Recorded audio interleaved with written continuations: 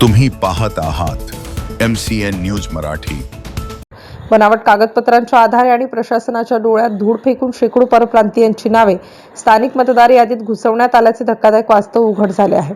बुलढाणा तालुक्याच्या एकट्या धाड गावात हा बोगस मतदारांचा आकडा 1 ते 1.5 हजारांच्या घरात असल्याचा खळबळजनक दावा भारतीय जनता पक्षाच्या पदाधिकाऱ्यांसह प्रहार जनशक्ती पक्षाच्या वतीने करण्यात आला असून यामुळे स्थानिक नागरिकांमध्ये संतापाची लाट उसळली आहे। जोपर्यंत मतदार यादीतून बोगस नावे काढली जात नाहीत तोपर्यंत निवडणुका घेऊ नका, अन्यथा आम्ही मतदानावर बहिष्कार टाकू असा आक्रमक पवित्रा धाडवासियांनी घेतला आहे।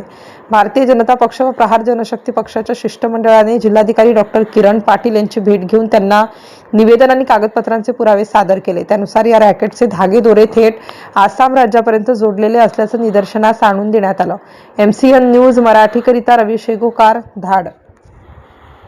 आज आम्ही भारतीय जनता पार्टीचे सर्व कार्यकर्ते या ठिकाणी जिल्हाधिकारी साहेबांना निवेदन दिलेलं आहे, ज्यामध्ये बांगलादेशी रोहिंगे हे आपल्या देशामध्ये वेगवेगळ्या प्रकारे जी घुसखोरी करत आहे आणि सर्वप्रथम ते आसाममध्ये त्यांचं कुठे डॉक्युमेंट्स बनवतात, त्या आधारावर उत्तर प्रदेशमध्ये बनवतात, मुंबईला बनवतात आणि असे रूट करून ते खेड्यापाड्यांमध्ये इथपर्यंत पोहोचलेले आहे।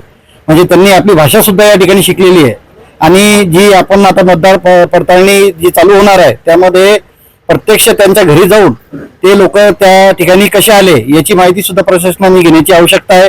अशाच प्रकारचे प्रकार हा धाडमध्ये, देवघाटमध्ये आणि भरपूरशा ठिकाणी या प्रकारचे लोक आढळून आलेले आहेत, त्याचे काही पुरावे सुद्धा या ठिकाणी आम्ही सादर केलेले आहे। या ठिकाणी प्रशासनाला आम्ही विनंती केली की या जे बोगस मतदार आहेत त्यांची शहानिशा करून त्यांना त्यांच्या देशामध्ये परत पाठवण्यात यावे आणि त्यांचे मतदार यादीतून नाव सुद्धा वगळण्यात यावे आणि ज्या लोकांनी यांचे बोगस जे डॉक्युमेंट्स तयार केलेले आहे अशांवरती सुद्धा गुन्हे दाखल करून योग्य ती कारवाई करण्यात यावी।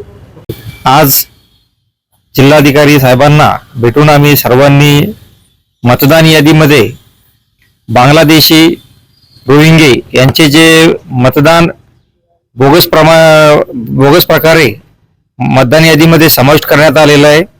धाड या ठिकाणी वास्तव्यास येऊन त्यांनी प्रथम तलाठी, ग्रामपंचायत या ठिकाणी बोगस रेकॉर्ड तयार करून त्यानुसार रेशन कार्ड मिळवलं आणि रेशन कार्ड नंतर मतदान यादीमध्ये नाव बोगसरित्या समाविष्ट केलेलं आहे। अशा प्रकारचे बरेच मतदार या धाड, देऊळघाट अशा गावांमध्ये सापडतील। आम्ही त्याबाबत पुरावा देण्यासाठी एक मनुजा खातून नावाच्या महिलेचं, की जिचं नाव सुरुवातीला आसामच्या मतदान यादीमध्ये होतं, त्यानंतर तिचं नाव उत्तर प्रदेशच्या मतदान यादीमध्ये सुद्धा आहे आणि आता तिचं नाव धाडच्या मतदान यादीमध्ये सुद्धा समाविष्ट करण्यात आलेलं आहे।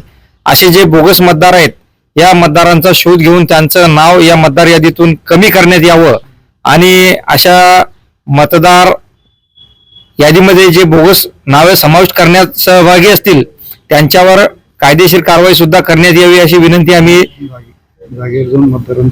आणि जागेवर जाऊन मतदारांची पडताळणी सुद्धा करण्यात यावी अशी विनंती आम्ही आज कलेक्टर महोदयांना केलेली आहे आणि कलेक्टर साहेबांनी आम्हाला त्याबाबत शाश्वत असं आश्वासन दिलेलं आहे आणि एक योग्य टीम त्या ठिकाणी पाठवून आम्ही त्या गोष्टीचा शहानिशा करून असे बोगस मतदार यादीतून काढून टाकू असं त्यांनी आम्हाला आश्वासन दिलेलं आहे।